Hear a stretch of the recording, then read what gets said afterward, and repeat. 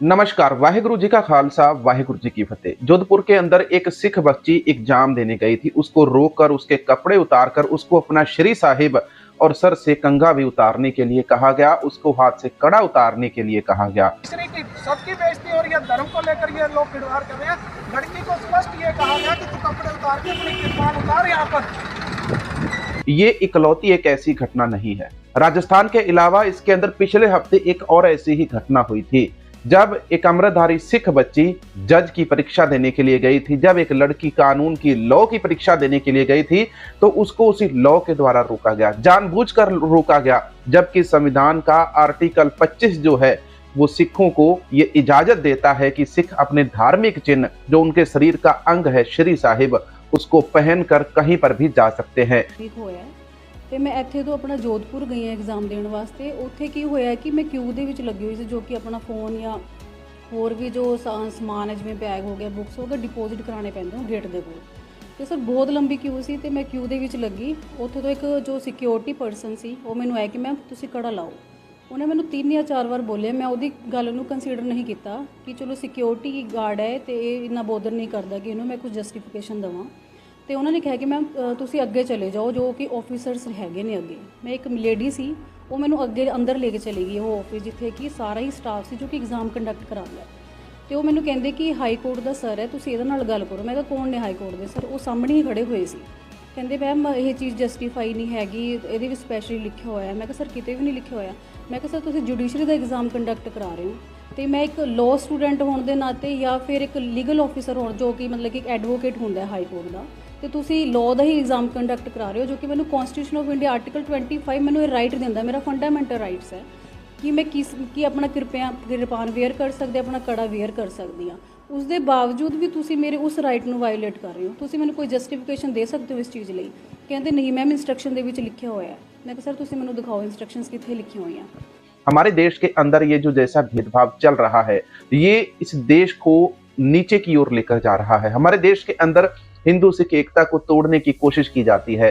मैं नहीं कहता कि ये हिंदुओं ने किया, लेकिन वो हिंदू कम्युनिटी से होंगे, लेकिन वो हिंदू कहलाने के योग्य नहीं है जिन्होंने ऐसी घटना करवाई है। जिन लोगों ने ऐसा काम किया है, जिन लोगों ने अमृतधारी सिख बच्चियों को कपड़े उतारकर उनकी तलाशी करवाने, उनके कंघा श्री साहिब कड़ा उतारने के लिए कहा, वो शर्मनाक बातें हैं। और ये ऐसा एक जो हिंदू होगा सच्चा, कोई किसी भी धर्म का कोई व्यक्ति सच्चा व्यक्ति होगा, वो कभी भी ऐसी हरकतें नहीं करता है।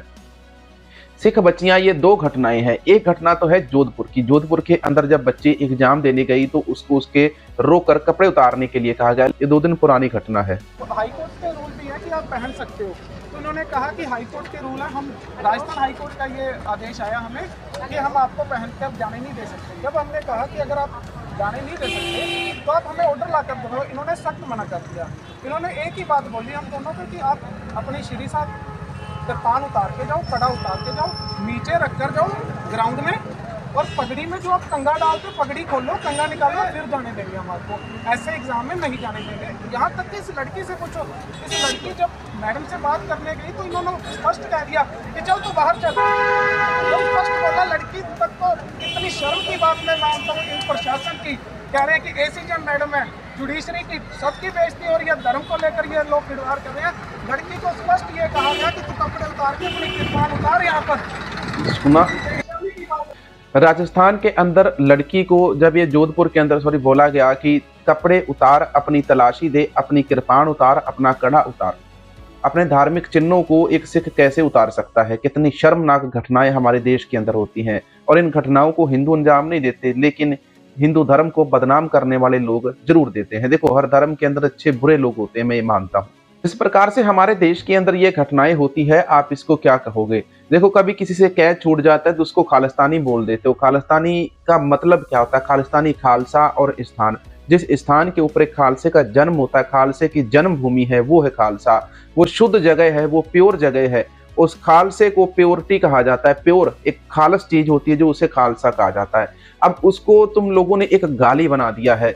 कल संसद के अंदर झाड़ लगाई गई थी गुरवंत सिंह पन्नू वाले मामले के अंदर कि अगर निखिल गुप्ता ने पन्नू को नहीं मरवाया तो भारत सरकार निखिल गुप्ता को बचाए। अगर इन्होंने पन्नू को मरवाने की कोशिश की है निखिल गुप्ता से तो ये निखिल गुप्ता को सीधा सजा दिलवाएं।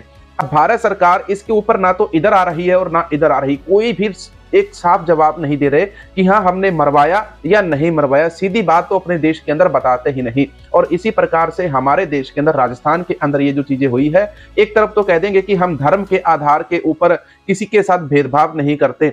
ये लोग डरते हैं कि अगर से कल को सिख बच्चे बच्चियां बड़े बड़े पदों के ऊपर पहुंच गए, IAS IPS बन गए, जज बन गए, वकील बन गए, अटर्नी बन गए, तो कल को ये हमसे सवाल करेंगे और इस देश के अंदर अपने सिखों की मदद करेंगे। अगर आप धर्म के आधार पर भेदभाव नहीं करते तो राजस्थान के अंदर ये क्या चीजें हुई है। राजस्थान के अंदर सिख बच्चियों को रोका गया, उनको एग्जाम देने से रोका गया। अगर वो आज एग्जाम दे देती, अच्छे से एग्जाम उनका होता, वो टॉप करती और बड़े लेवल के ऊपर, बड़े पद के ऊपर पहुंचती। और बड़े पद के ऊपर पहुंचकर इस प्रकार से धर्म के साथ, लोगों के साथ जो भेदभाव होता है उसको कहीं ना कहीं ये रोकती और अपने लोगों के लिए खालसा राज स्थापित करती। और इससे भी कई हफ्ते पहले भी राजस्थान के अंदर घटना हुई थी। राजस्थान के अंदर बहुत सारी घटनाएं हुई, पंजाब के अंदर भी हुई, हरियाणा के अंदर भी हुई।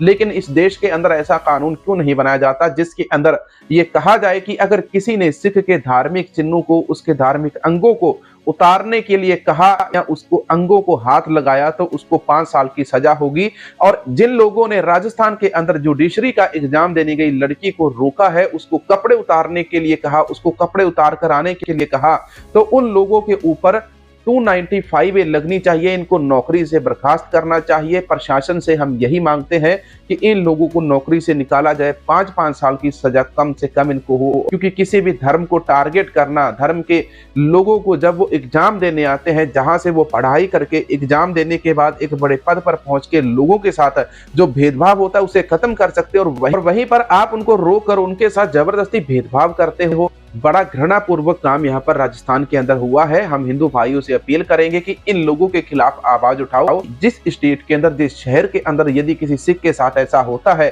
कभी सिख आपकी बहु बेटियों को बचाते थे। जब मुगल इस देश की बहु बेटियों को, हिंदुओं की, मुसलमानों की बेटियों को दिल्ली से अगवा करके ले जाते थे, तब हिंदू मुसलमान सिंहों के पास जाते थे और कहते थे कि खालसा जी हमारी बहु बेटियों को बचा लीजिए। उस समय वो गजनी के बाजार के अंदर जाके टके टके पर बेचते थे। लेकिन हमारे यहाँ पर कंगना जैसी बोल देती है कि 100-100 टके के ऊपर इनकी महिलाएं आकर यहाँ पर किसानी आंदोलन के अंदर बैठी हैं। जब देश के अंदर इस प्रकार से किसी सिख के साथ नाइंसाफी होती है तो आप उसके लिए स्टैंड लीजिए।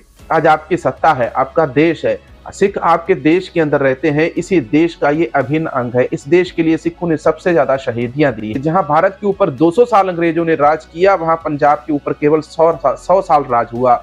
आज किस प्रकार से इन शहादतों का बदला आप चुका रहे हैं राजस्थान के अंदर। बच्चियों को यह कहकर कि आप अपने कपड़े उतारो, अपनी तलाशी दो, अपना कड़ा कृपान उतारो, शर्म आनी चाहिए तुम लोगों को, जिन लोगों ने ऐसी घटना को अंजाम दिया है। प्रशासन उनको पकड़कर फटाफट जल्द से जल्द, सख्त से सख्त सजा दे।